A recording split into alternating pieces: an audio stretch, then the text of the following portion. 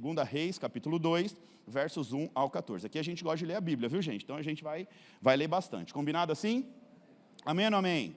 Vamos lá. Quando o Senhor levou Elias aos céus, num redemoinho, aconteceu o seguinte. Elias e Eliseu saíram de Gilgal. Preste atenção nos detalhes. Gilgal, diga comigo, Gilgal. E no caminho disse Elias, fique aqui, pois o Senhor me enviou a Betel. Diga, Betel. Eliseu, porém, disse, juro pelo nome do Senhor, e juro por tua vida, que não te deixarei só. Então eles foram a Betel. Em Betel, os discípulos dos profetas foram falar com Eliseu e perguntaram, você sabe que hoje o Senhor vai levar meu mestre para os céus, separando de você? Respondeu Eliseu, sim, eu sei, mas não falem nisso. Então Elias lhe disse, fique aqui, Eliseu, pois o Senhor me enviou a Jericó. Diga, Jericó.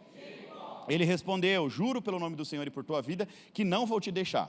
Desceram então a Jericó. Em Jericó, os discípulos dos profetas foram falar com Eliseu novamente. Perguntaram, você sabe, né? Hoje o Senhor vai levar para os céus o seu mestre e vai separar ele de você. Eliseu respondeu novamente, sim, eu sei, mas não falem mais nisso. Em seguida, Elias disse, fique aqui, pois o Senhor me enviou ao Rio Jordão. Diga, Rio Jordão.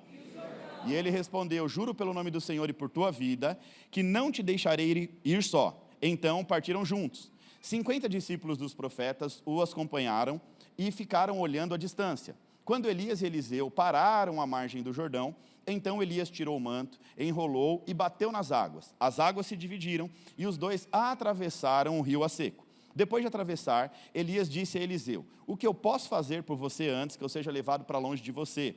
E respondeu Eliseu, faz de mim o principal herdeiro do teu espírito profético. Olha só o que ele está pedindo aqui, gente, presta atenção, faz de mim o principal herdeiro da unção que você carrega sobre a sua vida. Só que ele vai pedir mais, né? E disse Elias, você fez um pedido muito difícil, mas se você me vir quando eu for separado de você, você vai ter o que pediu, do contrário não será atendido.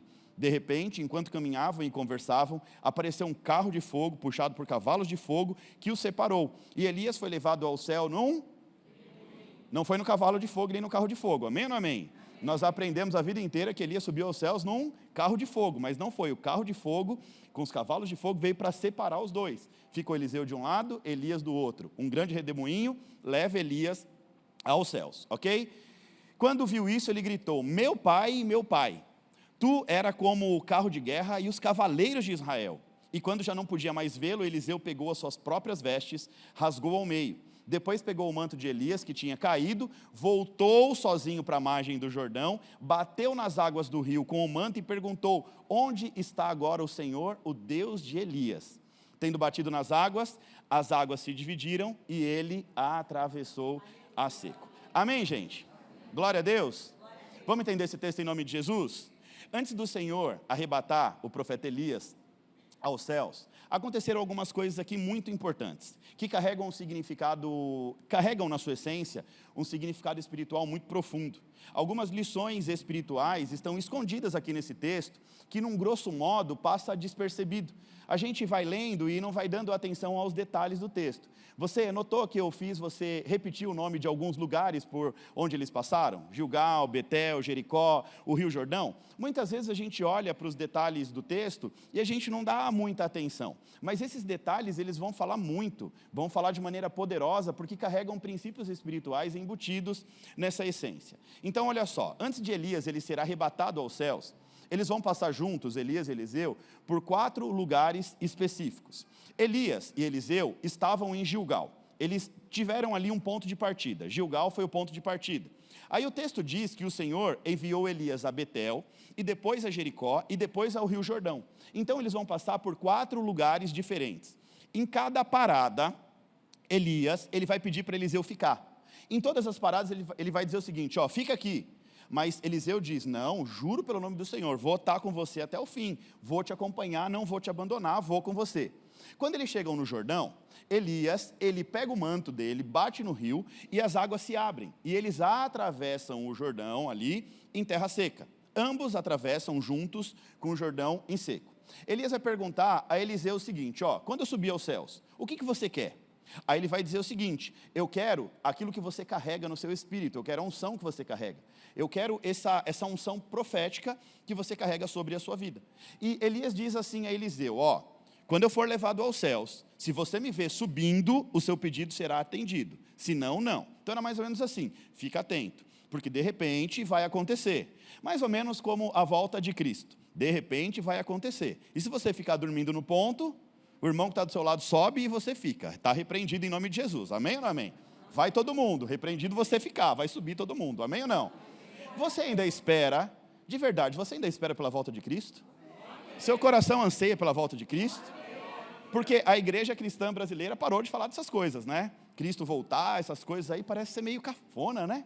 Parece ser meio esquisito. Não, gente, isso aí na verdade deve ser o anseio de todo o povo cristão. Eu não sei se você sabe, mas a primeira igreja, a igreja mais elogiada, foi a igreja após a subida de Cristo. E essa igreja, considerada como igreja primitiva, era uma igreja que vendia todos os seus bens com a promessa de que Cristo iria voltar, e eles não se apegavam a bens materiais, porque eles diziam o seguinte: para que eu vou ter bens aqui na terra, daqui a pouco Cristo volta e a gente vai para o céu com ele? Já se passaram 2025 anos, Jesus ainda não voltou. Olha só, o povo há 2025 anos atrás tinha expectativa na volta. Os de hoje, 2025 anos depois, não tem expectativa nenhuma na volta, pelo jeito. E nós deveríamos ansiar pela volta de Cristo. E na verdade, eu não sei se você sabe, mas eu já ministrei isso aqui, o tema da ministração está lá no YouTube, eu falo sobre o clamor dos judeus. A volta de Cristo está condicionada ao clamor dos judeus. E a Bíblia diz que é os gentios, ou seja, nós, os outros povos, que não são os povos ali eleitos, escolhidos, são os enxertados, os gentios, é que vão causar inveja nos judeus para que eles clamem a volta do Messias.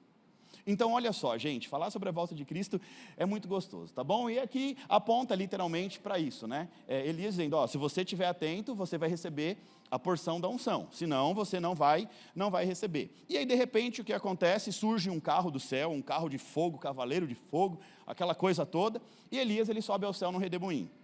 Eliseu vê ele subindo, rasga as suas vestes, que significa luto, porque ele perde ali o professor dele, o mentor dele, né? Eu não sei se você sabe, mas a Bíblia diz que Eliseu, ele vai pegar Elias estava trabalhando, Elias pega Eliseu estava trabalhando, ele fala, vem comigo, deu um tapa nas costas e falou, vem comigo.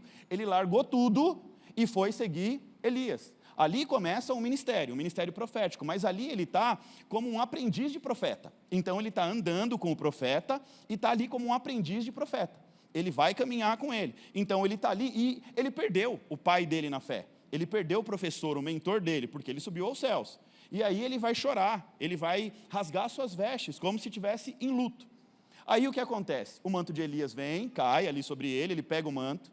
E o primeiro milagre que ele faz é batendo sobre as águas. É claro que ainda ele não tinha a experiência nem a autoridade, ele já recebe, porque o manto é sinal de autoridade. O manto é sinal de governo. Quando ele recebe o manto, ele bate nas águas, ele fala, cadê o Deus de Elias? E as águas do rio se abrem e ele volta a seco novamente. Então, mais uma vez, aqui pela terceira vez, porque a primeira vez que o rio Jordão se abriu para o povo passar, foi no tempo de Josué. Ok? Josué, depois Elias e depois Eliseu, ok? Fala comigo. Josué, Elias e Eliseu.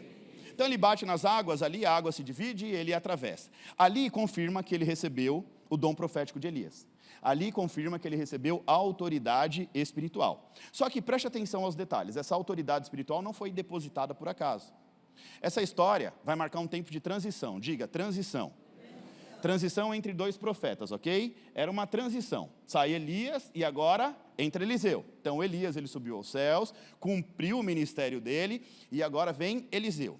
Nessa transição entre os dois profetas, a Bíblia diz que eles vão passar por 4 lugares específicos. Lembra? Gilgal, Betel, Jordão. Então eles vão passar por 4 lugares específicos. E o que acontece? Esses 4 lugares são representados na Bíblia como se fossem estágios de maturidade na fé. Então, Eliseu, antes de herdar o ministério profético, ele teve que passar com Elias por 4 estágios. Ou seja, estágios que iria levar Eliseu a um novo tempo. Então aqui era tudo muito intencional, tudo muito proposital. Uma espécie de apontamento profético para uma evolução espiritual. Então antes de herdar a autoridade de Elias, Eliseu, ele precisava ser tomado por uma evolução. Ele precisava evoluir no espírito. O desejo de Eliseu era receber os dons proféticos de Elias. Elias seria arrebatado aos céus. O que Deus estava fazendo aqui? Deus estava preparando Eliseu para assumir a posição de Elias, ok? Então, uma transição entre um profeta e outro profeta. Agora, entenda uma coisa. Antes de Eliseu assumir algo tão importante, algo de suma importância, ele precisava passar por alguns estágios. Ele precisava aprender algumas coisas. Então, não era simplesmente assim, eu fiz um curso ali com Elias e agora eu vou ser profeta no lugar de Elias. Então, esses 4 lugares representavam estágios de uma formação espiritual que Eliseu precisava passar antes, para que ele pudesse seguir ali os passos de Elias. Agora, deixa eu te ensinar isso aqui, trazendo para a nossa realidade.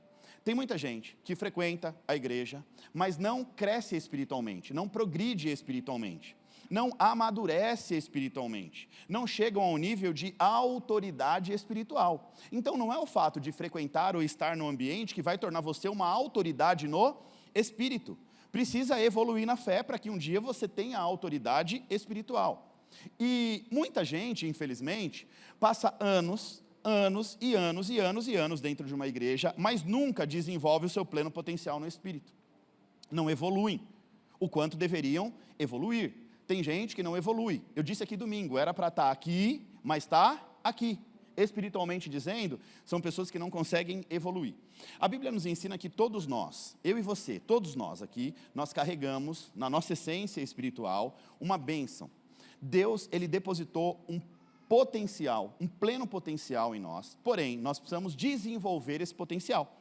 Nós precisamos entender e desenvolver. Quer um exemplo básico sobre isso? A parábola dos talentos. Aqui está um grande exemplo de que Deus, Ele dá talentos para cada pessoa, e conforme a capacidade de cada um vai multiplicando os seus talentos.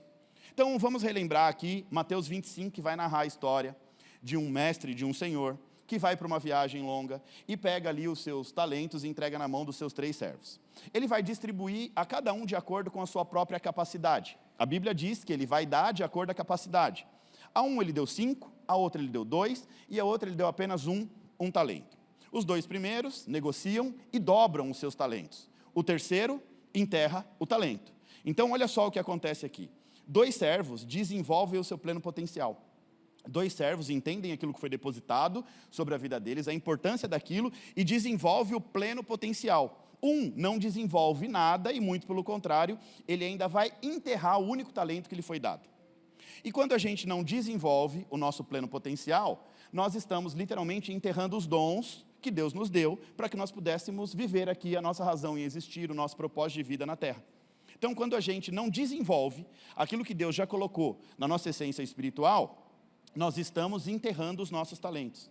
Olha o que diz em Mateus 26, 41. O nosso espírito está pronto. Fala para a pessoa que está do seu lado, o seu espírito já está pronto. Para quê? Para quê? Para fazer o quê? Para que você tem um espírito pronto? A Bíblia diz que nós somos seres tripartidos, tricotômicos. Ou seja, nós somos corpo, alma e espírito. Deus, Ele conectou em nós, na nossa parte espiritual, todas as bênçãos que nós precisamos para viver uma vida como de Jesus em João 10:10. Vida e vida em abundância. Qual é o problema? É que nós estamos tentando buscar essa vida abundante no físico ou nas emoções. Emoções seria o campo do intelecto, onde você descobre bastante coisa, vai buscar bastante informação física, não informação espiritual, sua formação, e você vai buscar informação, e vai estudar, e vai se desenvolver, e ali você trabalha, luta, e muitas vezes a pessoa vive uma vida de frustração, não desenvolve o seu pleno potencial. Por quê? Porque o que foi depositado em você para desenvolver o pleno potencial não está nem na carne e nem no campo das emoções. Não é no campo da razão, é no campo do espírito. É sobre o nosso espírito que nós carregamos uma bênção especial. É sobre o nosso espírito. O nosso ponto de contato com Deus é o nosso espírito. Nosso ponto de contato com Deus não é a parte sensorial, o que você está enxergando do pastor Vitor e o que eu estou enxergando de vocês. O nosso ponto de contato com Deus não é a nossa alma, a nossa psique. Até porque a Bíblia diz que quando a gente morrer, todos nós um dia vamos passar pelo processo de morte, a não ser que Jesus volte. Aí se Jesus voltar, nós vamos ser arrebatados, não vamos passar pela dor da morte, ok? Mas, teoricamente, todos nós vamos passar pela morte. Na morte, o que acontece? O nosso corpo, a nossa carne, volta para o pó da terra. A nossa alma, a nossa psique, o nosso intelecto, ele vai se desfazer como uma fumaça. Acabou. Você não vai entrar com o seu... Gente, ficou muito claro aqui no meu olho agora. Diminui um pouquinho. Você não vai entrar com o seu... Aí ficou bom. Você não vai entrar com o seu entendimento de terra no céu. O seu entendimento de terra não serve para nada lá no céu. O que vai te sobrar, na verdade, de tudo que você carrega na sua essência, é o teu espírito. E eu canso de ensinar que é o espírito a parte mais importante do ser humano e é o espírito a qual o ser humano dá menos valor. Está entendendo isso em nome de Jesus? Está claro até aqui? A nossa vida espiritual é o que vai nos sobrar de tudo o que você está vendo aqui hoje. O que vai sobrar não é intelecto, não são os diplomas, não é a aparência, não é o corpo físico. O que vai sobrar do pastor Vitor e de vocês, no final das contas, é o nosso espírito. E é aquilo que a gente, infelizmente, acaba desvalorizando, deixando ali em terceiro lugar. A gente valoriza tudo e deixa aquilo que é mais importante aos olhos de Deus, né? E ali, numa condição de desigualdade, numa condição ali, sabe, fica lá embaixo, de inferioridade. Então, olha só que interessante. Muitas pessoas, infelizmente, não conseguem evoluir. Nem todos vão conseguir desenvolver os seus dons aqui na Terra. Nem todos vão conseguir desenvolver os seus talentos. Por quê? Porque estão enxergando esse talento não no campo do espírito, mas no campo da matéria. Então, nem todos vão conseguir acessar o seu pleno potencial aqui na Terra. E uma coisa, gente, que a gente precisa entender é que a nossa vida espiritual, ela é composta por estágios. Então, ninguém vai chegar num nível de autoridade suprema, de autoridade espiritual, se não for passando por estágios, degrauzinho por degrauzinho, uma coisa de cada vez. É assim, para alcançar o pleno potencial, não é fazer uma oração, Deus, eu quero dormir hoje, porque não é ficção, não é o Homem-Aranha, que toma uma picadinha lá, e no outro dia era um menino raquítico e aparece fortão, cheio de coisa e com teia. Não é assim que funciona na vida real.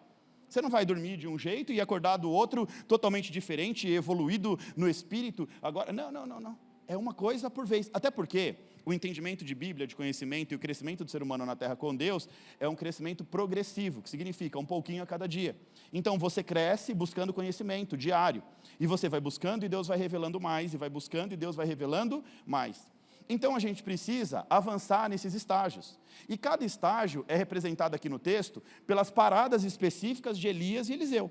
Então, o primeiro estágio é Gilgal, o segundo, Betel, o terceiro, Jericó e o quarto, Rio Jordão. Vamos estudar esses 4 estágios, bem rapidinho, tá bom? O primeiro é Gilgal, repete comigo, Gilgal. Gilgal significa intimidade, o lugar da intimidade. Preste atenção ao que eu vou te falar. Gilgal foi o lugar onde Deus mandou o povo parar antes de entrar na Terra Prometida. Então, o povo estava acessando a Terra Prometida. Aí Deus falou o seguinte, para o povo em Gilgal, Josué, para todo mundo em Gilgal. E lá em Gilgal, Deus deu uma ordem, circuncida todos os homens. Ou seja, Deus ia começar a agir na intimidade das pessoas. Circuncisão, Antigo Testamento, sinal de aliança com Deus, compromisso entre Deus e o seu povo. A circuncisão era a marca da promessa dos herdeiros. Diga, marca da promessa dos herdeiros. Sem essa marca, não iria entrar na Terra Prometida. Então, Deus primeiro vai circuncidar os homens que iriam adentrar na Terra Prometida. Aquela parada, Gilgal, era uma parada simbólica, histórica e profética, que significava que os escravos, ou na verdade, o tempo da escravidão acabou ali. O povo, outrora, estava escravizado no Egito há 430 anos. Muitos não entraram porque a mentalidade ainda era a mentalidade de... Eles iam para uma terra de... Diga, governo. Para uma terra de governo, um escravo não ia conseguir governar. Então, não adianta falar assim, Deus, me coloca em posição de honra, se a mentalidade ainda é de escravo. Então, com mentalidade de escravo, o povo ia permanecer no Egito. E aí Deus precisa descontaminar. O maior trabalho de Deus não foi tirar o povo do Egito, foi tirar o Egito da cabeça do povo. Foi gerar uma nova mentalidade na cabeça do povo. Foi mostrar que aquele povo carregava um pleno potencial, mas estava vivendo como escravo. Então Deus tem que parar ali e falar assim, ó, o tempo da escravidão acabou. Agora eu vou imprimir uma marca em cada um de vocês, a marca do herdeiro. Para entrar na terra prometida, só entra se tiver marcado. Ou seja, um povo escolhido. Essa marca chama-se circuncisão.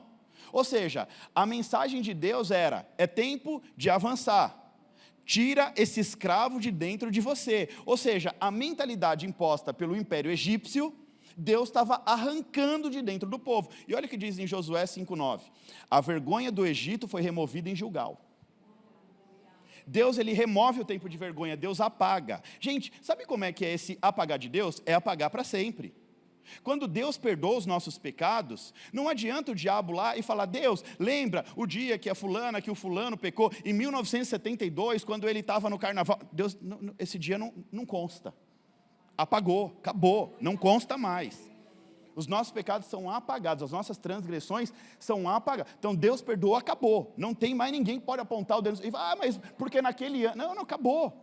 Apagou, acabou. Então Deus estava removendo, apagando. Olha só, a vergonha do Egito foi removida em Gilgal. Ou seja, a partir de agora, vocês não são mais aquele povo que ficou escravizado 430 anos, comendo pão que o diabo amassou lá, não. É um novo povo agora. Então, para um novo tempo, para onde Deus estava levando aquele povo, o escravo de dentro deles precisava morrer. Ou seja, Deus está dizendo: morreu, esse tempo acabou. Aí, gente, o que acontece? O escravo, ele não consegue romper. Por quê? Porque o passado sempre aprisiona ele. Uma pessoa com uma mente cauterizada, ela está escravizada pelo seu passado. E aqui era Deus falando que a partir de agora, o escravo fica para trás e o herdeiro avança. Fala para o crente que está do seu lado, você está entendendo isso? O escravo fica para trás e o herdeiro avança. Amém ou não amém? Continua pregando para a pessoa que está do seu lado. Eu gosto de fazer isso, porque aqui é assim, gente, você me ajuda a pregar. Amém ou não amém? Diz assim, ó: é tempo de avançar, rompe com o seu passado, avança para onde Deus quer te levar, e deixa eu te lembrar que você é herdeiro e não escravo. Herdeiro e não escravo. Amém ou não amém? Glória a Deus. Gente, tem muita gente escrava dos pecados. Tem muita gente escrava dos desejos carnais. E por isso não conseguem avançar para o próximo nível, para a próxima estação. Então, a primeira estação é a estação da intimidade. Diga: intimidade. A primeira estação, o primeiro estágio da evolução espiritual é a intimidade. A circuncisão, deixa eu te explicar, era nada mais ou nada menos do que os sacerdotes pegar os homens e cortar um pedacinho da pele do órgão genital masculino. Corta um pedacinho, marca aquela pessoa no lugar mais íntimo, por isso no órgão genital masculino. Então eles carregavam uma marca íntima, um sinal de uma aliança entre o povo e o seu Deus. Aqui, provavelmente, gente, tá? Então aqui nós vamos estudar a Bíblia. Após cortar um pedaço do órgão genital dos homens, um pedacinho ali da pelinha, muito natural que iria dar uma febre, uma infecção, alguma coisa nesse sentido. O higiene naquela época era precário. Então, o que Deus fazia aqui? Após cortar, fazer a circuncisão, eles iam descansar um tempo, que era justamente para vencer o tempo da febre, o tempo da infecção, para que eles pudessem ter força e então poder seguir. Então, olha só, aqui eles vão passar por todo esse processo, e era literalmente Deus colocando a intimidade do povo para fora. Era Deus querendo agir na parte mais íntima, naquela parte que muitas vezes a gente quer esconder de Deus, sabe, no mais profundo do nosso íntimo, pensamentos e sentimentos. Era Deus colocando a parte íntima para fora, para que ele pudesse fazer uma cirurgia, operar ali um primeiro milagre. Então, o primeiro estágio dessa evolução é Deus entrando na sua intimidade. Fala assim para o crente do seu lado: é tempo de deixar Deus entrar na sua intimidade. Deus entrar na intimidade significa permitir que Deus tenha acesso a todas as áreas da sua vida, aos seus pensamentos e sentimentos mais profundos. É se abrir completamente para Deus com sinceridade, com verdade. É permitir que Deus transforme você por completo. Não é uma transformação visual, só exterior. É uma transformação de dentro para fora. Aqui nós estamos falando de caráter cristão. Caráter cristão não tem a ver com a maneira como você se veste, com a Bíblia que você coloca debaixo do braço, com a plaquinha que você põe no seu carro. Não. Caráter é de dentro para fora. Então, o crescimento espiritual, a evolução espiritual, a autoridade espiritual, ela vai começar quando há um relacionamento de intimidade com Deus. Então, se um dia você quer ter autoridade no Espírito, você precisa primeiro passar pela intimidade. Então, para ter autoridade, você precisa ter intimidade. Autoridade, gente, não trata apenas de seguir regras ou práticas de uma religião. Não é isso. A autoridade, ela vai começar na intimidade. A intimidade com Deus. Intimidade significa conexão profunda com o Senhor. Intimidade significa você buscar a Deus, orar, você ler a Bíblia, você estudar, você ter tempo com Deus. Então, intimidade. Aqui, para que um dia você possa ter autoridade, primeiro você tem que ter intimidade com o Senhor, ok? Então, o primeiro estágio qual é? Intimidade. Segundo estágio, a jornada continua. Elias e Eliseu agora avançam para Betel. Diga, Betel. Betel foi o segundo estágio. O que significa Betel, gente? Quem sabe me dizer? Diga, casa de Deus. Casa de Deus, casa de oração. Betel foi o lugar onde Jacó teve uma visão celestial. Jacó teve uma experiência com Deus em Betel. Ele olha e ele vê uma escada, e nessa escada subiam anjos, desciam anjos, subiam anjos e desciam anjos. Ali em Betel foi marcado como lugar sagrado, que mais adiante se tornaria um centro de adoração a Deus. Um templo, um tabernáculo, uma igreja, né? Vamos dizer assim. Então Betel é conhecido como lugar da experiência com Deus. E nós precisamos ter lugares de experiência com Deus, tanto na igreja como na nossa casa. Nós precisamos ter o nosso cantinho de oração, o lugar onde a gente gera intimidade e Deus responde. Ou seja, nós provocamos o céu com as nossas orações, com as nossas intenções aqui na terra, e o céu responde às nossas provocações. Então Betel é um local chamado e confirmado no mundo espiritual como um lugar onde céu e terra se encontram, onde existe o que eu chamo de fusão espiritual. Nós estamos aqui buscando ao Senhor, então nós começamos o culto de maneira proposital adorando a Deus. Por que a gente começa louvando ao Senhor? Porque nós aprendemos que o louvor atrai a presença de Deus, equaliza, deixa a atmosfera de uma maneira onde a gente consiga ouvir, estudar a palavra de Deus com tranquilidade. Imagina esse ambiente agitado, você com seus problemas lá de fora, conversando, e o pastor tentando explicar um pouco da palavra, a coisa não ia fluir. Então primeiro a gente acalma o ambiente, a gente muda a atmosfera, a gente traz uma atmosfera do céu para a terra, como? Adorando a Deus. Aí a gente acalma o ambiente, estabiliza o ambiente, e a partir daí a gente começa a falar acerca das coisas de Deus. Então por que muita gente não consegue ter intimidade com Deus? Porque no tempo da intimidade quer falar com Deus do jeito que vem da rua, e já vai ali numa agonia. Calma o seu coração, põe um louvorzinho ali, deixa Deus ir falando ao seu coração, sabe? Aí a hora que você acalmou ali o seu espírito, a sua alma, né? O espírito está pronto, acalmou a sua alma, e você começa a falar com o Senhor. Então Betel aqui é o lugar da experiência com Deus. É um local confirmado por Deus que faz uma fusão entre céu e terra. E para Eliseu isso aqui representava um momento de muita clareza e confirmação do seu chamado. Então ele passa por Gilgal, o lugar da intimidade, agora ele vai para Betel, o lugar onde ele vai buscar relacionamento com Deus. Ou seja, querer avançar sem passar por Betel não dá. Gente, a nossa Betel é a nossa igreja. É o lugar onde a gente tem experiência com Deus. É um lugar confirmado no mundo espiritual, onde a manifestação da presença de Deus acontece. Betel significa casa de Deus, ou seja, encontro em comunidade. Qual o intuito da gente estar aqui? Qual o intuito da gente estar aqui? Adorar a Deus. E que mais? Quais são os 2 principais mandamentos?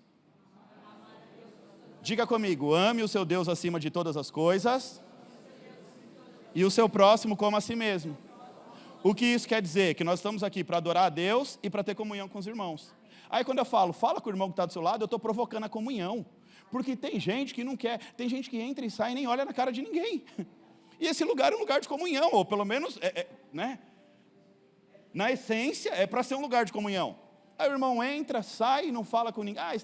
Esse papo de ficar falando com a pessoa do lado, que coisa chata. Vou te provocar mesmo. Goste ou não, vou provocar. Não vai, tem que ter comunhão com os irmãos, gente. Eu não quero ser amigo de todo mundo, tudo bem, pelo menos tenha comunhão, vai. Sei que você é chato mesmo. Então, aqui é lugar de adoração e comunhão. Diga, igreja é lugar de adoração e comunhão. Pronto. Eu sei que no meio dessa comunhão tem umas lixas também. Mas faz parte do processo, faz parte, gente. Mas lixa é bom, a lixa modela, né? Você está com a unha quebrada, você dá uma lixadinha assim, você dá uma modelada. É assim, é ferro afiando ferro. É assim que funciona. Agora, preste bem atenção no que eu vou te dizer, gente. Em nome de Jesus. Deus, Ele quer trabalhar na nossa intimidade, mas Ele também quer trabalhar na nossa comunidade.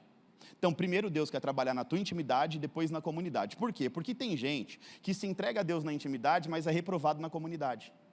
Me explica isso, pastor, como assim reprovado na comunidade? O que significa ser reprovado? Não sabe viver em comunidade, não sabe se manter em amizade com o irmão, não sabe lidar com o próximo, com os diferentes, porque é muito fácil você lidar com os bonzinhos, né? Tem gente que é fácil, até de graça você ama, agora tem gente que é difícil.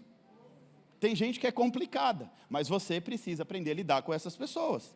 Ou seja, tem gente que não sabe viver em comunhão, que qualquer coisa é motivo de briga, confusão, contenda. Você quer ser abençoado, sim ou não? Olha só, Salmo 133 diz assim: ó quão bom e quão suave é que os irmãos vivam em união. Lembrei até de uma música aqui agora, de um louvor. Assim o Senhor ordena. Ah, glória a Deus. E olha o que o texto diz: ó quão bom e quão suave é que os irmãos vivam em união. É assim que o Senhor ordena a bênção. Ou seja, muitas bênçãos não recaem sobre a sua vida porque você não sabe viver em comunhão com os irmãos na fé. Você é reprovado na comunidade. E reprovado na comunidade, você tem intimidade com Deus, serve, ora, busca, faz tudo, mas foi reprovado na comunidade, foi reprovado na comunhão. Aí o que acontece? O céu fecha e você não recebe as bênçãos do Senhor. Sabe qual é a mensagem central aqui? Gente, preste bem atenção. O Salmo está dizendo que a união dentro da comunidade atrai as bênçãos do céu para o povo de Deus. Ou seja, você vai precisar, se quiser ser autoridade no Espírito, aprender a viver em comunhão com o irmão que está do seu lado. Então, dá um sorriso para o da direita, para o da esquerda. É melhor, viu? É melhor, viu? Você entendeu? Quando tem dois irmãos brigadinhos na igreja, sabe o que acontece? Eles não está nenhum dos dois recebendo as bênçãos. Vem, ouve a palavra, recebe a palavra, aí na hora que Deus quer derramar a bênção, os bobos ficam ali brigadinho e não recebem. Ah, se te... irmão. Quem está perdendo com isso? Quem está brigado com o outro. E às vezes são umas coisas tão fúteis. Não consegue enxergar que tem um demônio atravessador no meio ali, arrumando confusão. Aí você fala, sai disso, eu vou ficar brigado com o irmão, por quê? Não, eu vou ficar de bem com ele, porque eu quero as bênçãos do Senhor para a minha vida. Você tem um bom pretexto para ficar de bem com o irmão. Amém ou não? Pelo menos se você não quer ficar por você mesmo, tem um pretexto aqui em nome de Jesus. Diga assim: eu vou evoluir espiritualmente, vou buscar a Deus na intimidade e na comunidade também. Fala para o crente que está do seu lado. E você também em nome de Jesus. Isso aí, você também. Na intimidade e na comunidade. Declara assim, eu não vou ser reprovado na comunidade. Pronto, você declarou, você não vai ser reprovado, você vai ter comunhão com os irmãos. Amém ou não, gente? A jornada continua, vamos lá. Betel, diga, Betel. Aí o texto diz que Elias e Eliseu agora vão para onde? Diga. Jericó. Vocês ouviram errado, eu falei Jericó. Jericó foi a primeira cidade que o povo hebreu conquistou. A mais forte e a primeira. Olha o que Deus faz, gente, preste minha atenção. Jericó simboliza a prova da fé. Deus não deixou com que o povo usasse força e nem violência para conquistar Jericó, até porque eles não iam ter capacidade de conquistar. Jericó, a cidade fortificada. Então Deus vai usar um símbolo de fé. Fica dando volta aí, gritando, vai em silêncio, depois grita. Então Deus cria uma estratégia espiritual para que as muralhas viessem ao chão. Então, ali é o lugar que Deus vai dar vitória por meio da fé. Fala por quem está do seu lado. Deus vai te dar vitória por meio da tua fé. Está entendendo isso, crente? Então aqui, para Eliseu, vamos lá, vem comigo. Para Eliseu e para Elias, Jericó era um convite à fé. Ou seja, Elias estava ensinando para ele, Jericó é um lugar de você estabelecer um comportamento de fé. Diga, comportamento de fé. E era assim, meu filho, para onde eu vou te levar, você vai precisar ter plena confiança que o sobrenatural vai acontecer. Você está pedindo, o que ele pediu para Elias? Diga, o manto profético. O manto profético. Para usar o manto profético, você vai ter que passar pelo comportamento de fé. Então você vai ter que aprender a lidar com a fé, porque senão você não vai aprender, você não vai saber lidar com a autoridade que vai recair sobre a tua vida. Então Jericó aqui é um lugar que prova a fé. Jericó, para nós, é quando nós somos postos à frente de muralhas e gigantes.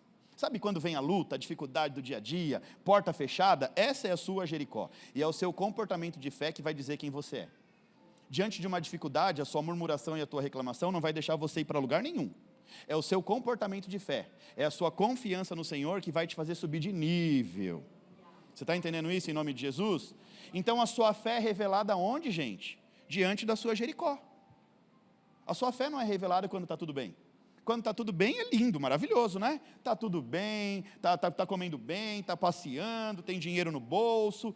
E quando a porta fecha? É aí que você é provado na fé. E é aí que você vai revelar o seu nível de fé, o seu comportamento de fé, diante do quê? Das muralhas, dos gigantes. É aí que sua fé é revelada. Então esse terceiro estágio de evolução aqui, Jericó, significa o seu comportamento de fé diante das dificuldades e dos problemas. Então o terceiro nível aqui, olha só, a evolução espiritual. Ele passa pela intimidade em Gilgal, aí ele vai por Betel, aprender a viver em comunidade, aí ele vai para Jericó, aprender a ter fé diante das dificuldades e dos problemas. Agora entenda isso, só vence o estágio da Jericó quem é maduro na fé. Diga maturidade. Maturidade. A Bíblia diz que sem fé é impossível, sem fé não avança, sem fé não sobe de nível. Fala para a pessoa que está do seu lado, sem fé, não avança não, meu filho. Isso aí. Repete comigo, intimidade. Comunidade, comportamento de fé. Aí eles vão passar por Gilgal, que é o lugar do que mesmo, gente?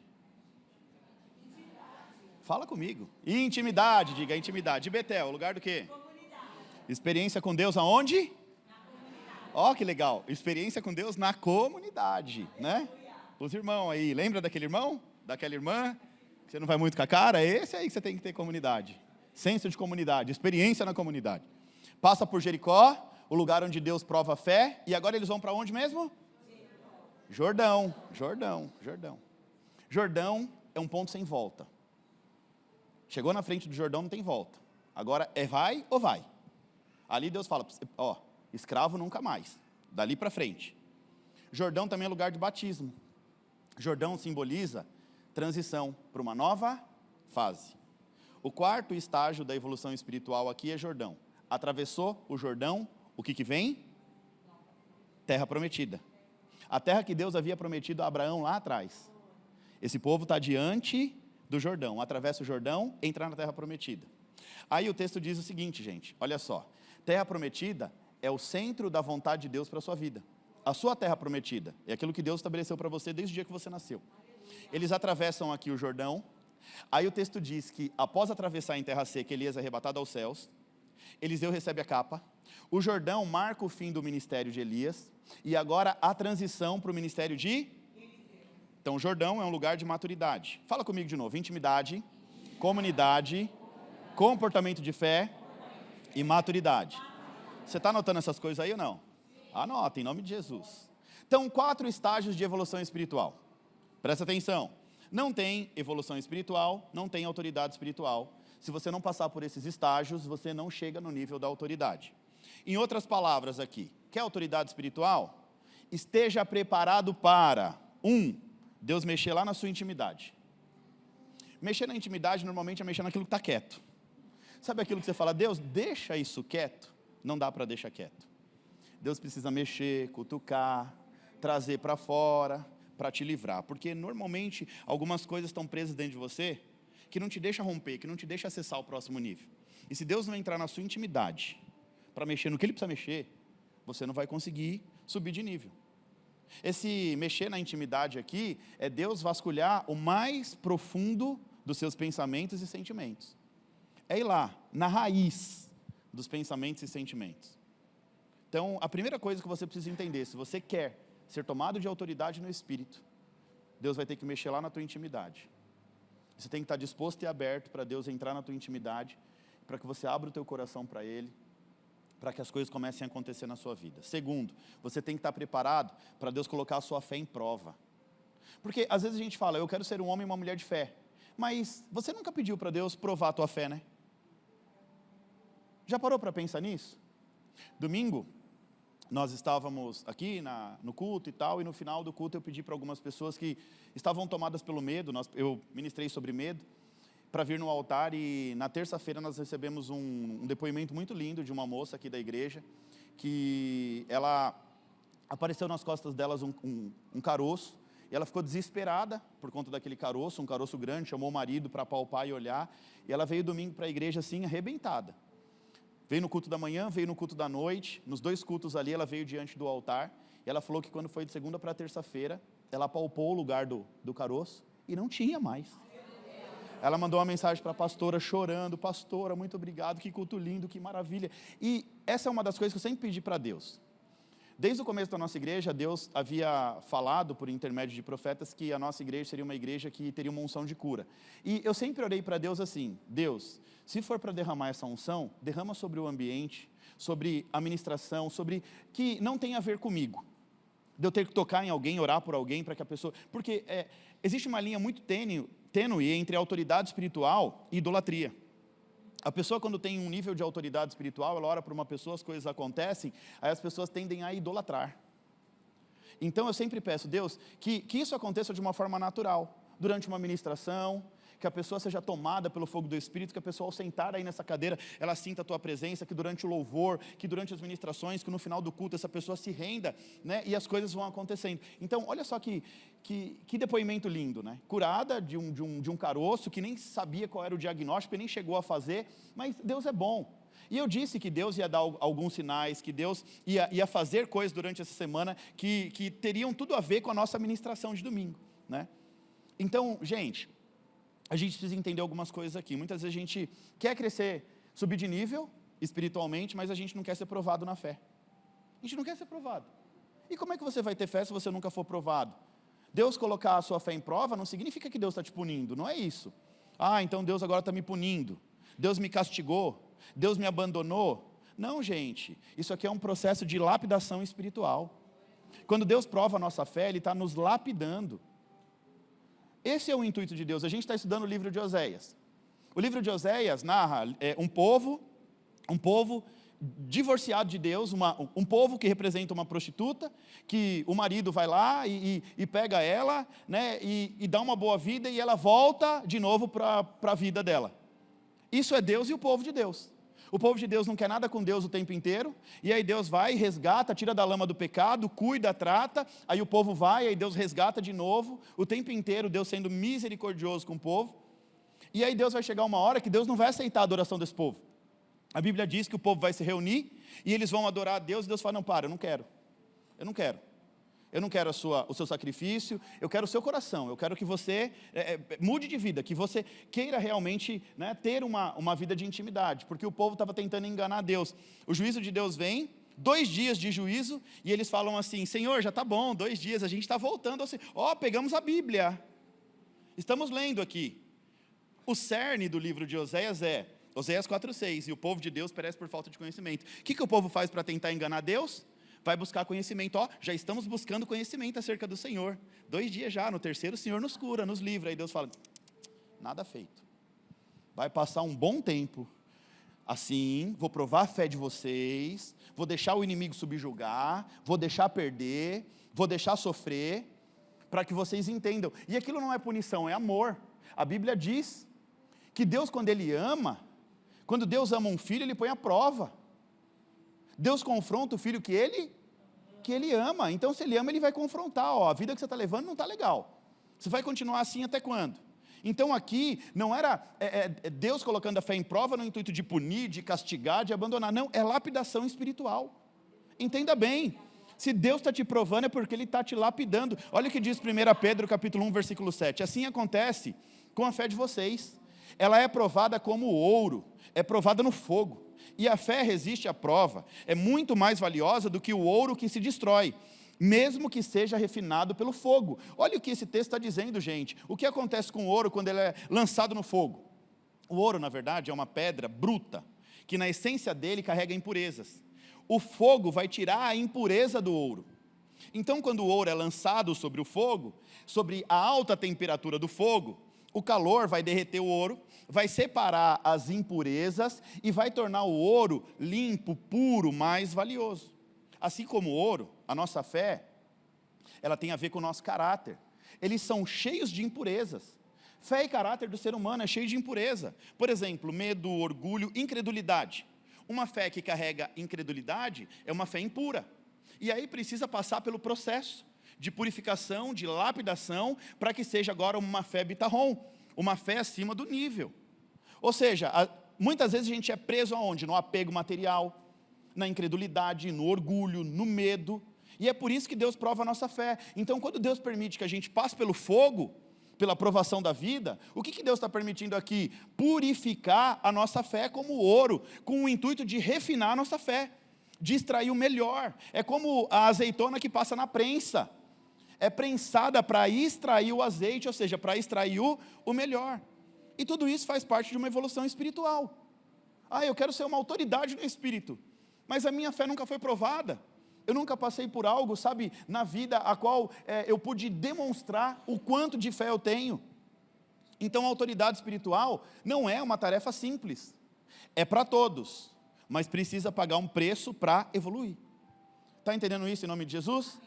Eliseu, depois de passar por todos esses estágios de evolução, ali mais uma vez ele chega diante do Jordão. O texto que a gente leu no começo, lembra? Ele abriu o rio, pegou a capa de Eliseu, cadê o Deus de Eliseu? E o rio se abriu.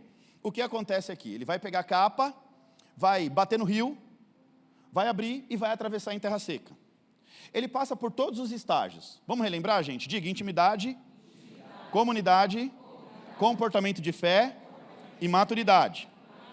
Agora Deus vai colocar ele em posição de honra. Agora ele é profeta. Transicionou. Agora ele é o substituto de Elias. Deus agora derrama sobre ele autoridade espiritual. Daí para frente, a Bíblia diz que ele vai operar vários milagres. Ele vai curar a fonte, ele vai tirar veneno da panela, ele vai fazer um monte de coisa. Por quê? Porque ele está cheio de autoridade espiritual. Agora, falei tudo isso para chegar aqui. Essa foi a terceira vez, diga, terceira vez, que o Jordão se abriu.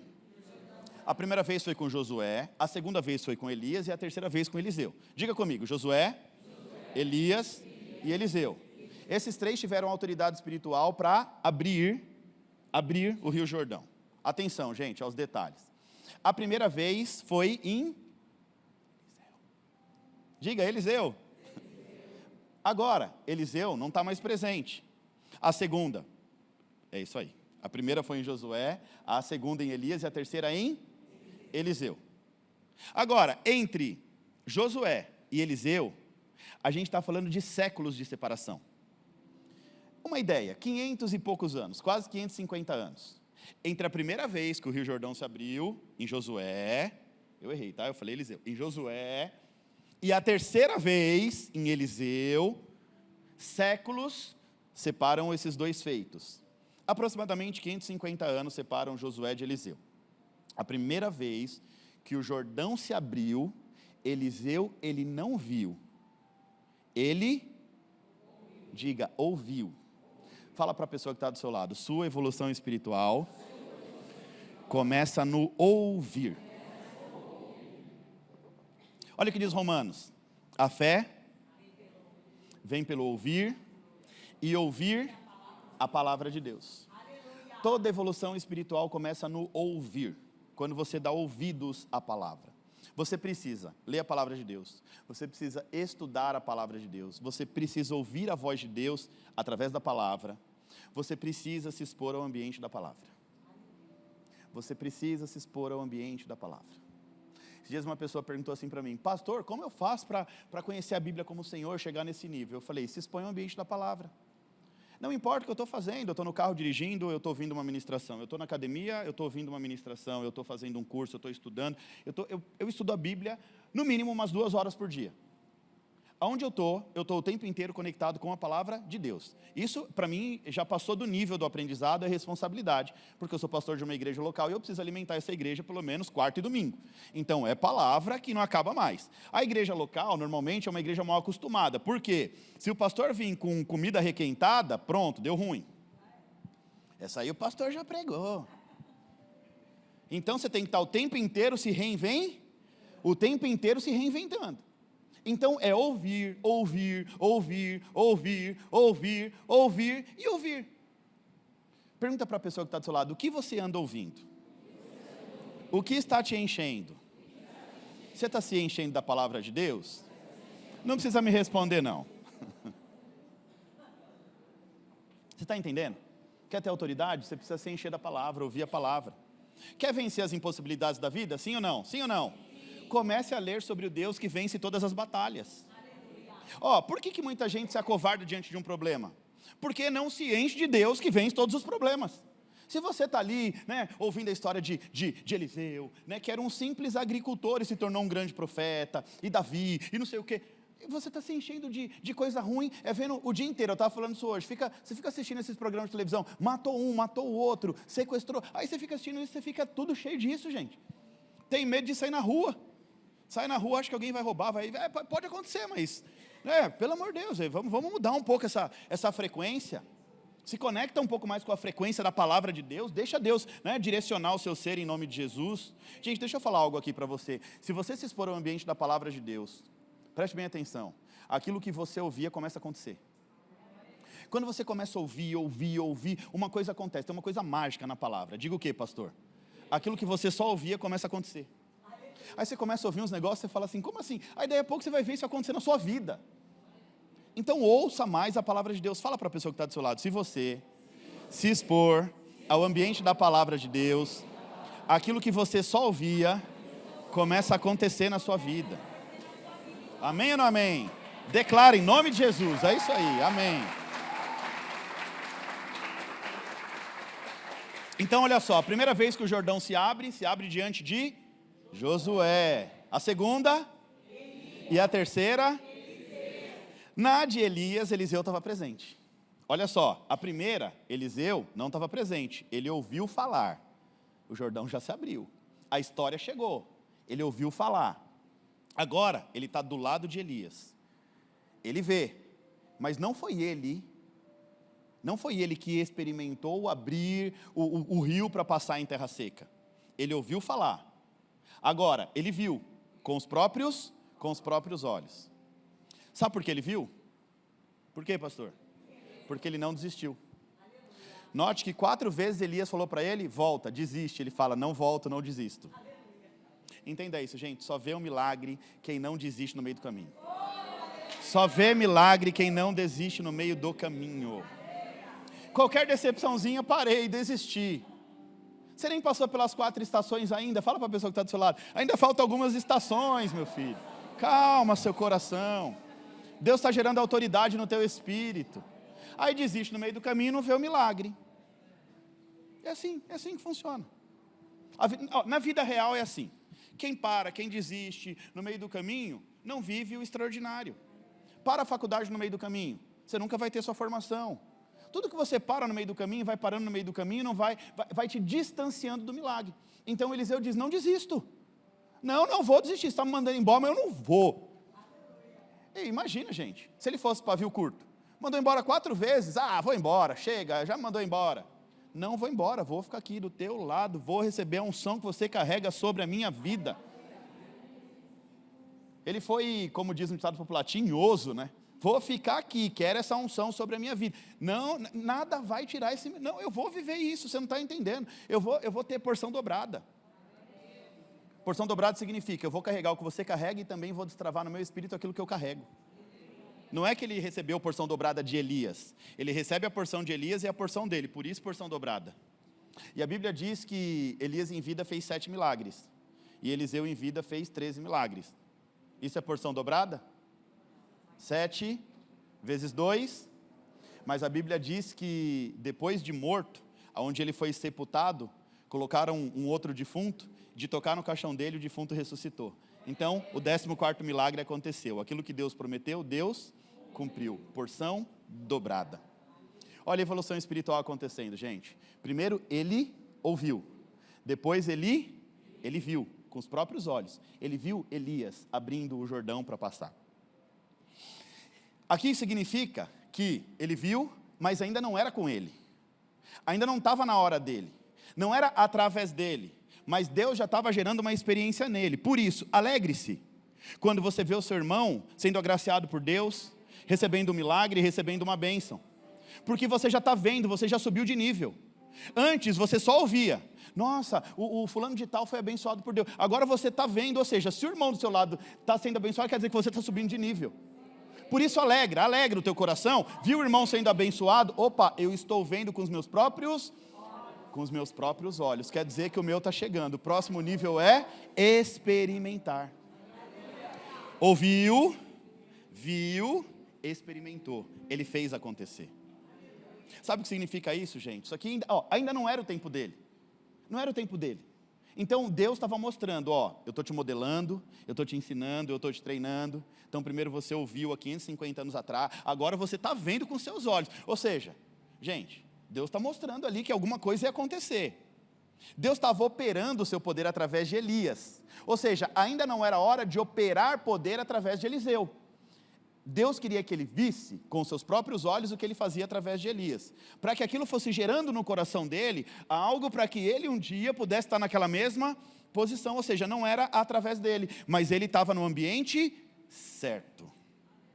Sabe o ditado popular que diz ambiente certo, hora certa, lugar certo, pessoa certa?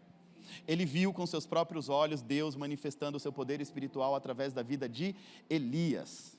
Tem um ditado popular bem interessante que diz assim: diga-me com quem tu anda, que eu digo quem tu é. Gente, isso aqui é uma verdade absoluta. Isso é uma verdade absoluta. Sabe por quê? Eliseu era um lavrador, um mero agricultor, até andar com Elias. Ele era só um agricultor, até pisar no ambiente certo, do lado da pessoa certa, sendo direcionado pela pessoa certa. Na hora que Elias passou, bateu nas costas, ele falou: vamos, meu filho. Deus transforma um simples agricultor num grande profeta. Quer mais para você entender? Saul, lembra de Saul? Saul, Deus já tinha rejeitado ele. Ele estava procurando Davi, queria matar Davi. Aí ele sobe num monte profético. Lá no monte profético, ele sobe e começa a profetizar. Aí os profetas olham e falam: mas Saul, filho de Aquis, por acaso era algum profeta? O que está acontecendo? Por que ele está profetizando no meio dos profetas? Porque ele pisou no ambiente. Olha o nível da importância do ambiente que você frequenta. Tem ambiente que te joga para o buraco, te joga para baixo, acaba com a tua vida. Mas tem ambiente que te leva para cima. Tem pessoas que vão enterrar ali os seus talentos, mas tem pessoas que vão desabrochar os seus talentos. Então Davi, mesmo distanciado de Deus, rejeitado por Deus, ele pisa no ambiente profético e ele começa a profetizar. Porque o ambiente carregava autoridade e poder. E ele pisa no ambiente, ele começa a viver a unção do ambiente. Você está entendendo isso em nome de Jesus, sim ou não? Ele é exposto a um ambiente de profeta, ele começa a profetizar. Quando você é exposto a um ambiente maior, melhor, um ambiente de sucesso, automaticamente sua mente começa a mudar. E gente, é normal as pessoas vão falar: nossa, como mudou? Está diferente? Que bom que você está diferente, que bom que você mudou. Isso mostra que você está evoluindo, amém ou não amém? Imagina você ser a mesma pessoa de 5 anos atrás, 10 anos atrás. Nunca muda, nada acontece na tua vida. Então, quando você começa a se expor a ambientes diferentes, andar com pessoas de um alto nível, as coisas começam a mudar. Você vai pagando um preço, as coisas vão acontecendo. Gente, se eu puder te dar um conselho, paga o preço que tiver que pagar para estar no ambiente certo, com pessoa certa. Sai do meio dos cansados, em nome de Jesus. Porque tem gente cansada, desmaiada, que não dá em nada, gente. Dá em nada. Quando senta para conversar é para falar mal dos outros. Sai disso, em nome de Jesus. Fala um pouquinho do seu lado. Sai disso, em nome de Jesus, sai. Tem gente que não vai, gente. E o pior é que você sabe que não vai, mas fica lá, eu não sei porquê. Não vai, a coisa não muda, as conversas é a mesma, mentalidade não acontece nunca. Uma das coisas que fez mudar a minha vida foi os ambientes que eu passei a frequentar. Esses dias eu recebi um testemunho de um jovem aqui da igreja, que está frequentando a nossa igreja há algum tempo. Ele fez um post e me marcou. Ele falou: depois que eu passei a frequentar esse ambiente, a igreja, a Evo e tal, a minha vida mudou, as coisas estão mudando, a mentalidade está mudando, porque o ambiente ele vai te moldando. A psicologia não diz que nós somos reflexos das 5 pessoas a qual nós convivemos no dia a dia? Se anda com 5 maldizentes, você vai se tornar o quê? O 6º maldizente. Então, se você anda com gente que pensa para frente, que quer evoluir, automaticamente você vai pensar diferente, você vai se destacar no meio da multidão. Eu lembro do início do meu ministério. Quando eu comecei a me destacar ministerialmente, eu cuidava da diaconia da nossa antiga igreja. Eu era líder, eu e a pastora Vanessa, nós éramos líderes dos diáconos da nossa antiga igreja. São uns 12 anos atrás, 10, 12 anos atrás. E aí um dia eu recebi um convite do pastor Tiago Brunet para liderar os voluntários da Conferência Destino, a primeira Conferência Destino em Barueri. 5.000 pessoas, e ele me chamou para ser o líder dos voluntários, junto com um pastor amigo nosso, e nós lideramos 2 anos consecutivos as Conferências Destino. Gente, eu confesso para vocês que por conta dos meus afazeres ali, eu não consegui assistir as ministrações. Eu queria muito assistir, Então, eu e a pastora Vanessa, a gente ia comprar um ingresso numa área VIP para ficar bem perto. Eu falei, não, a gente vai participar. Ia vir palestrantes, pastores do Brasil, do mundo inteiro, dos Estados Unidos, gente grande, gente... Falei, não, eu quero aprender com esses caras, eu quero crescer e tal. Mas eu confesso que quando a gente recebeu o convite, eu poderia ter dito não, por algum motivo, enfim, eu vou pagar, eu vou assistir, eu não quero servir não e tal. Mas sabe o que foi muito interessante? Que aquela conferência deu um salto gigantesco no meu ministério. Foi um salto assim, exponencial, foi gigantesco. Depois dessas 2 conferências, recebi convites para ministrar, a coisa começou a acontecer, Deus foi destravando tudo. Voluntário, dedicado, sem ganhar absolutamente nada. Não fui interessado em ganhar 1 centavo, tudo por amor à obra de Deus, tudo por amor ao reino de Deus. Como eu disse, eu poderia ter dito não ao convite, porque eu poderia ter dito para mim, vou ficar lá trabalhando na conferência? Poxa, eu tenho condição de pagar e ficar numa área VIP, por que eu vou ficar trabalhando lá o tempo inteiro? Mas eu decidi ir trabalhar na conferência, como voluntário. Imagina, um ginásio, 5.000 pessoas, e a gente liderando um grupo de uns 100 e poucos voluntários, e o tempo inteiro, e a conferência começava às 8 horas da manhã, 9 horas da manhã, e até meia-noite, 1 hora, a gente ia para casa dormir um pouquinho, no outro dia 8 horas, e foi 3, 4 dias assim, gente, uma pegada daquelas. Mas ali, gente, começou a acontecer algo sobrenatural, porque trabalhando na conferência, eu tive acesso que nem os VIPs tinham, ou seja, nem quem pagava a área VIP tinha acesso aos preleitores. E aí eu acessei a unção daqueles grandes homens de Deus. É claro que com muita prudência, eu não fui ali perguntar nada, falar, mas eu fiquei só observando, é muito do meu perfil. Eu fiquei só olhando e observando como eles se comportavam, como eles comiam, como eles sentavam à mesa, como eles conversavam entre si, a hora que eles começavam a orar e não sei o quê, e eu fiquei só observando aquilo. E aí foi observando, né, e aí Deus foi movimentando, e olha onde nós chegamos hoje. Nós começamos nosso ministério, não tínhamos padrinho, ninguém para falar, não, a gente foi ali, com a cara e com a coragem, na raça, e Deus trabalhando o nosso coração, e a gente servindo. Então, olha só o poder do ambiente, nós acessamos a unção daqueles grandes homens de Deus. E aí, mais adiante, Deus vai e faz um mover sobre as nossas vidas, e às vezes a gente não entende o ambiente a qual a gente está inserido. A gente trata o ambiente da palavra como qualquer lugar. Gente, diante desse ambiente, do que a gente está fazendo aqui, estudando a palavra, isso aqui tem o poder de mudar as nossas vidas, de destravar futuro, de mexer com atmosferas espirituais, de trazer realidades do mundo espiritual para o mundo físico, que em sã consciência, a gente nunca, fisicamente dizendo, ia conseguir acessar. Então, estar num ambiente como esse, um ambiente da palavra, um ambiente que carrega uma unção de prosperidade, é assim, estar num ambiente como esse e não viver o que o ambiente proporciona, tem que gerar uma revolta em você, uma revolta santa, de falar, não, eu estou nesse ambiente, eu vou viver o que esse ambiente tem para me proporcionar. Em nome de Jesus. Então, se eu puder te dar uma dica aqui, uma dica não, né? Mas se eu puder te dar aqui um conselho, porque eu não vou dar dica, vou dar um conselho, uma instrução. Paga o preço para estar num ambiente como esse. Serve a Deus. Às vezes a gente quer chegar na mesa de honra, como muita gente. Gente, deixa eu explicar um negócio. Tem. Não é pecado nenhum. Chega muita gente na igreja e fala assim, o meu sonho é estar ao lado do pastor Vitor. Muitos homens, jovens. Isso não é pecado, não é problema nenhum. O problema é que existe um preço a se pagar. Então, existe um preço. Tem que servir, gente. Começa pequeno. Vai, na hora que você começar a se destacar, pode ter certeza que você vai estar numa posição de honra. Aí tem gente que entra na igreja e sai frustrada. Verdade. Quantas pessoas já saíram frustradas?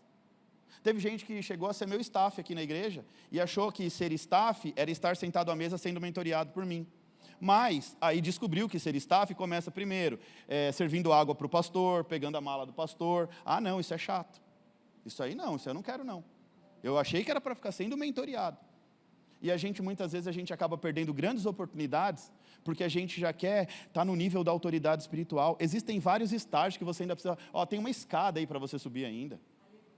Você tem que subir degrau, é um degrau de cada vez, Então passa pela intimidade, passa pelo seu Gilgal, aí vai por Betel, começa a trabalhar na comunidade, e aí você vai indo, ouvindo, aprendendo, se enchendo, buscando, vendo o que está acontecendo, olhando para o irmão que está sendo abençoado, se alegra com o irmão que está sendo abençoado, para de questionar Deus, por que ele, por que ela, por que não eu?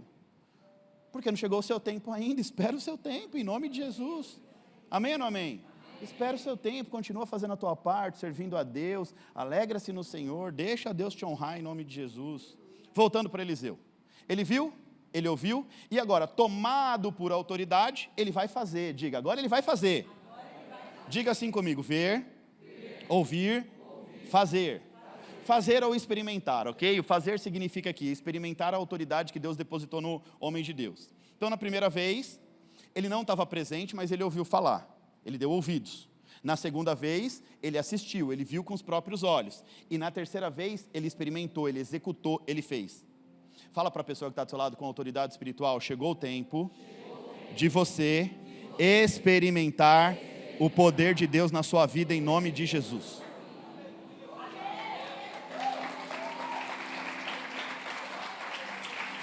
É tempo do povo de Deus começar a experimentar o poder de Deus sobre a vida.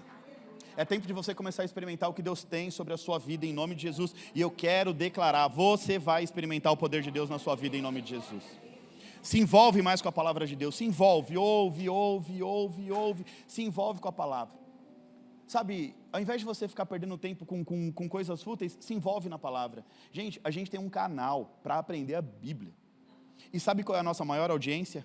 O povo de fora. Interessante isso, né? A nossa maior audiência no Evolução Diária é o povo de fora. Domingo retrasado veio uma senhora aqui da Bahia, Vitória da Conquista. Ela veio para uma feira de negócios aqui, e aí ela lembrou do pastor Vitor, que ela estuda, me encontrou no YouTube, e aí chamou a filha e falou, vamos na igreja do pastor Vitor? Pegou o endereço, veio aqui, me deu um abraço, pastor, obrigado, tenho estudado com o senhor diariamente, tal. Eu vejo o povo de fora mais envolvido. Sabe o que acontece? Você está deixando de experimentar da unção que eu carrego, que Deus depositou sobre a minha essência. Porque isso é muito interessante, né? A Bíblia diz que o profeta da sua casa não tem honra o profeta não tem honra dentro da sua própria casa. Isso é bíblico. Jesus, quando ele chega na cidade onde ele se desenvolveu e cresceu, o que acontece? O povo olha para ele e fala assim, mas esse não é o filho do carpinteiro? Resumindo, deixa de experimentar a unção, o poder e a autoridade. A cidade inteira não experimentou os milagres. Em Nazaré, Jesus não fez nenhum milagre. Nenhum para contar a história. Sabe por quê? Porque lá ele foi visto como o filho do carpinteiro. José, o carpinteiro. Mas esse não é o filho do carpinteiro? O único lugar que impediu Jesus de fazer milagre foi na sua própria terra, na sua própria casa, no meio dos seus, onde ele cresceu e se desenvolveu. Não é que Jesus não quis fazer o milagre. A incredulidade deles, a maneira como eles olhavam para Jesus, não deixou com que Jesus operasse a sua essência milagrosa, ou seja, Jesus não pôde fazer um milagre porque o povo não creu. Você consegue entender isso em nome de Jesus? Você consegue entender que muitas vezes a gente acaba deixando de experimentar o melhor, porque o apóstolo Paulo diz, né, que nós precisamos tomar cuidado de não se envolver só na vida civil o tempo inteiro, porque nós somos alistados no exército de Cristo. E muitas vezes a gente está tão preocupado com a vida civil e se esquece de se envolver nas coisas de Deus. Aí eu falo todo o culto aqui, que é na nossa essência espiritual que nós carregamos uma porção de bênção especial de Deus. E aí, a hora que você entender isso, você vai destravar algo na tua vida física, que eu chamo de favor, graça e misericórdia, e você nunca mais vai viver essa vida, como eu sempre digo, de cachorro correndo atrás do rabo. É uma vida de luta, trabalha, se cansa, uma rotina incansável, chata, que parece que não tem fim, mas você não destrava onde tem que destravar. Aí, o meu conselho para você é, em nome de Jesus, começa a olhar mais para a sua vida espiritual, olha com um pouco mais de carinho para a sua vida espiritual. Hoje nós aprendemos que nós precisamos ter intimidade com o Senhor, que a gente precisa ter vida em comunidade. Tem que ter vida em comunidade, crente. Tem a live, é legal e tudo, mas olha, diante de Deus, eu só mantenho a live de pé por um motivo. Pelas pessoas enfermas, os idosos e as pessoas de outras cidades. Mas tem gente que se apega a isso e nunca vem viver a experiência da comunidade. Aí não é aprovado na comunidade, não sobe de nível. A live está aqui, eu tenho a palavra ao meu alcance. Eu assisto, se eu não quiser ver o pastor Vitor hoje, eu vejo fulano, Beltrano, tem outros mais famosos, mais conhecidos, eu vejo quem eu quero aqui, vou ver hoje fulano, amanhã o Beltrano. aí fica comendo ali, se alimentando de várias fontes. Aí depois é uma confusão tremenda, não sabe nem para que caminho vai, porque não tem um direcionamento. Então a gente precisa, em nome de Jesus, entender os passos da nossa evolução espiritual. Então primeiro Deus vai agir na minha intimidade. Depois eu preciso vencer na comunidade, eu preciso vencer. Você precisa vencer essa picuinha, essa chateaçãozinha, essa briguinha, que às vezes você tem com o irmão, porque o irmão não te cumprimentou e você já fecha a tua cara. Se você não vencer isso, o que acontece? Você não sobe de nível. Então você entendeu o que é ter maturidade espiritual? Aí depois você precisa ter um comportamento de fé. Comportamento de fé, Deus confrontando a tua fé e você sendo aprovado. Aí você vai chegar no nível da maturidade. É onde você recebe autoridade. Mas gente, é uma caminhada. Eu preciso ouvir, eu preciso ver, eu preciso me alegrar. Alegrar, o irmão está vencendo, gente, que bênção. Às vezes o irmão vem contar um testemunho e tem gente que fecha a cara. Fecha a cara, porque só ele conta testemunho. Até ver, né? Você vai ver, você vai ouvir, até chegar o tempo de você experimentar. Mas eu quero até dizer algo para terminar, gente. Tem muita gente já para estar experimentando coisas do Senhor, milagres do Senhor, coisas extraordinárias. Mas sabe, a falta de entendimento. Aí a gente volta para Oséias. O povo de Deus perece por falta de conhecimento. Eu tenho prazer em estar aqui toda quarta-feira. Eu dedico a minha vida para esse lugar. Eu dedico a minha vida para isso. E eu sempre falo na minha casa, sabe, que nós precisamos nos aprofundar a cada dia mais. Eu, porque tenho uma responsabilidade de ministrar a igreja. E não é só ministrar a igreja. O pastor não é só o responsável por ministrar. O pastor é responsável por conduzir a igreja. Conduzir cada um rumo ao seu destino profético, ou seja, ao seu chamado, aquilo que Deus te chamou, aquilo que está ligado na sua essência espiritual. Então, eu preciso trazer luz da palavra de Deus para a tua vida. Eu preciso pregar a palavra para que você entenda o mover espiritual da palavra de Deus. Para que você venha viver e acessar aquilo que Deus tem para a sua vida. Sabe, eu não me conformo. Porque quando uma pessoa destrava, quando uma pessoa rompe, uma pessoa vence na vida, em todas as áreas, a gente olha, gente, eu destravei todas as áreas da minha vida. Tudo aquilo que me impossibilitava, família pobre, vício na família, tudo, eu destravei tudo, eu rompi com tudo isso, por meio da palavra de Deus, por meio do entendimento da palavra. Conhecereis a verdade vos libertará. E aí eu fico agoniado quando eu vejo uma pessoa amarrada numa coisa e não consegue vencer. A pessoa está amarrada num vício, amarrada numa debilidade, presa num pecado, tomada pela incredulidade, espírito do medo, e não consegue vencer, não consegue romper. Tudo que a gente precisa para viver uma vida de paz e prosperidade, está aqui, palavra de Deus. Agora, o que a gente precisa é ter um pouquinho mais de força de vontade, né?